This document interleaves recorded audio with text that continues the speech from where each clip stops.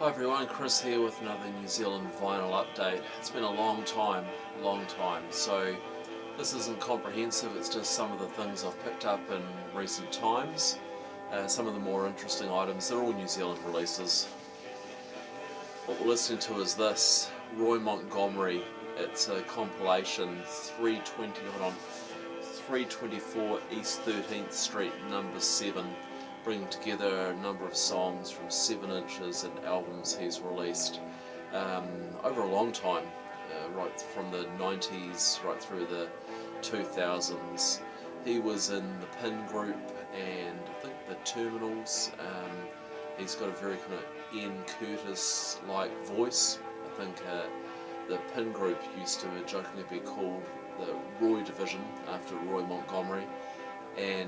But his guitar playing is fantastic. He's got this great kind of drone harmonic ambient, kind of, well, not ambient, but it's a kind of drony harmonic guitar style, which I love. And it's nice to have some of these very hard to get songs on this compilation. It did come out on CD a few years ago. This is its first vinyl release. It's released by Grouper. She's a fan. She's done collaborations with Roy Montgomery before, and got the insert here. Yeah, so yeah, really good and really thrilled to have that come out.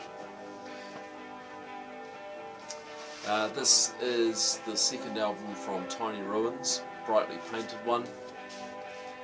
Tiny Ruins is fantastic. There's the album, there's an EP, and now the second LP, filled out with a band, but still very kind of stark. The songs feature predominantly Holly Fulbrook is her name, her voice, great voice, and her playing, but yeah, just kind of gently supplemented by the band, and yeah, a lovely album, really good, and it's been getting a bit of attention overseas. I know that she's been touring with Neil Finn, and that overseas attention is well deserved. It's great. Recommend that. Out on Flying Nun, I think, but maybe not the kind of jangle pop you'd expect from Flying Nun.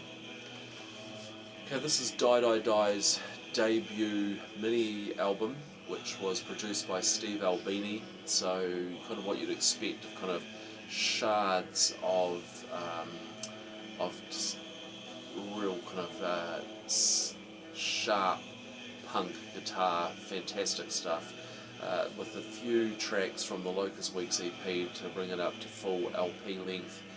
The original pressing of this is pretty readily available and often quite cheap. You can get it for like $10, but this has been really nicely done on 180 gram vinyl. And then look at this, it's got this great kind of fold out sleeve. So it kind of unfolds like a carton. Record in there, and I'll show you that we've got. There we go. And yeah, really great effort gone to with the packaging on that. And yeah, what a good album. I can never remember how to fold it back up. Here we go. Yeah, Die. Alright, up next, Clay Pipe. I've talked a lot on these videos about Anthony Milton. He plays in a few different incarnations, A.M. Anthony Milton. He's done a lot of collaborations. His area is kind of ranges from, well, it's all kind of improvisational, experimental, guitar-based stuff, from ambient to extreme noise. This is more at the kind of the more ambient end, collaboration with a guy called Clayton Noon. Some of this was recorded in situ in the sand dunes in Otago. Other stuff recorded indoors, but a really nice addition to New Zealand kind of guitars, soundscapes, experimental, improvisational material. Clay Pipe. It's on MIE, who do release some great New Zealand material. They've released Gate and so on as well.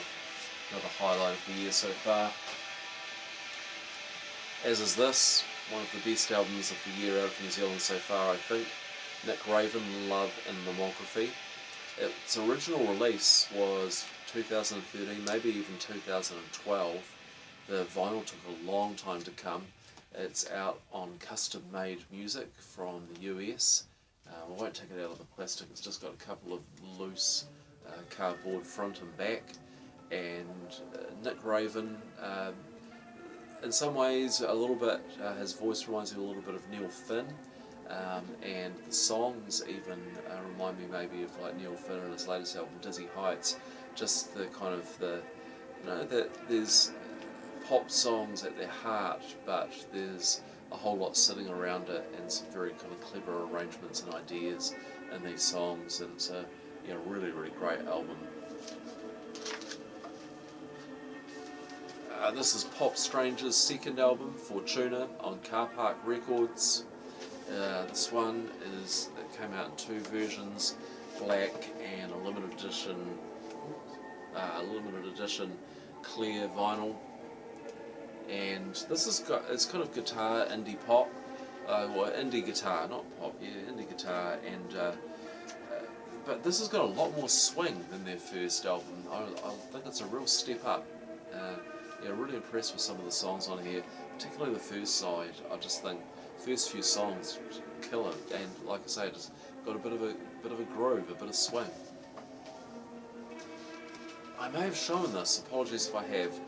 This is the Shocking Pinks, Guilty Mirrors, Guilt Mirrors, and there is a compilation on vinyl of Shocking Pinks material and a number of 7 and 12 inches from their time on DFA, the LCD Sound System label, and there was hope then of when they were signed to that label, the first decade of the century, that an album might come out. It didn't, but Shocking Pinks, which is basically one guy, Nick Hart, has just released a 36-track digital album, but he's culled it down for the vinyl version to 11 tracks on Shocking Pink vinyl, of course, limited edition of this, picking 11 of those 36 tracks. And this is kind of a shoegazy, electronic indie record. It's really good. It's kind of, someone asked me to describe it, I'd say kind of a half exhilaration, half asleep. It's just kind of chilled out, but yeah, this just because of the layers, that kind of shoegazy thing, it's just kind of, it is quite exhilarating at the same time. Another which would go into one of my best records of the year so far, this is Winterwork. It's on WaihekeRecords. I think they're Scottish, but are from Wellington, a trio. Peter Porteous has been around for a long time, playing music I like, kind of again, kind of more improvisational guitar, soundscape type material, which is what you've got on here. This is a great record. Yeah, really love the atmospheres that they create on here, and the kind of layered guitar, noise, drone, really good, really good. Next up, I'm flipping through them quick. I want to keep the video short, but some interesting records to show. Grayson Gilmore, Infinite Life, his second record. Quite a long gap between his first, No Constellation, and this one. And it's on Flying Nun. And they did this cool thing where they said, oh, okay, we want to press it on vinyl, but we're not sure, because it costs a lot of money. So they took pre-orders, and once they got 100, then they pressed the button and said, yeah, we'll do it. And I think it is out on black vinyl, but the pre-orders came like this. Absolutely beautiful. It's kind of teal and blue splodge. Really lovely. Goes really nicely with the label artwork, which draws on the cover artwork, and the record itself is great. So Grayson Gilmore was a piano player, so it's kind of indie but with a piano bass, but his songs have all sorts of different levels and layers and complexities to them. Yeah, and I think it's a, you know, there's the songs. It's not kind of like jump out and grab you. You're going to be humming them for weeks, but when you listen to this, there's a lot going on, and it's a great and rewarding listen. Right, I don't know if you can see this. This is Dark Matter. Dark Matter is out on Silk Breeze. It's a new release, recorded in 2011, but just released now from Stephen Kogel. And Stephen Kogel comes from similar circles to Roy Montgomery. He was in the Terminals and the Victor Dimisic band. Great New Zealand early 80s bands that have had releases on Silk Breeze, re-releases on Silk Breeze. But this is new material and it's killer. There's some great stuff on here. There's a song, The Face of Evil, just knocks me out. Wow, this is, yeah, I recommend this. It's kind of, it just slipped out, you know, they don't really make a big fanfare about their releases on Silk Breeze. I was in the shop, I didn't know it was coming, found it, and so pleased I picked it up. A couple more. The Bats have a bunch of reissues out through Flying Nun and Captured Tracks, and they're doing a really nice job of this. The Daddy's Highway LP was re-released in 2011. They've pressed up that again and just put that out as the album. But what they've done with this one, The Law of Things, is they've re-released the album.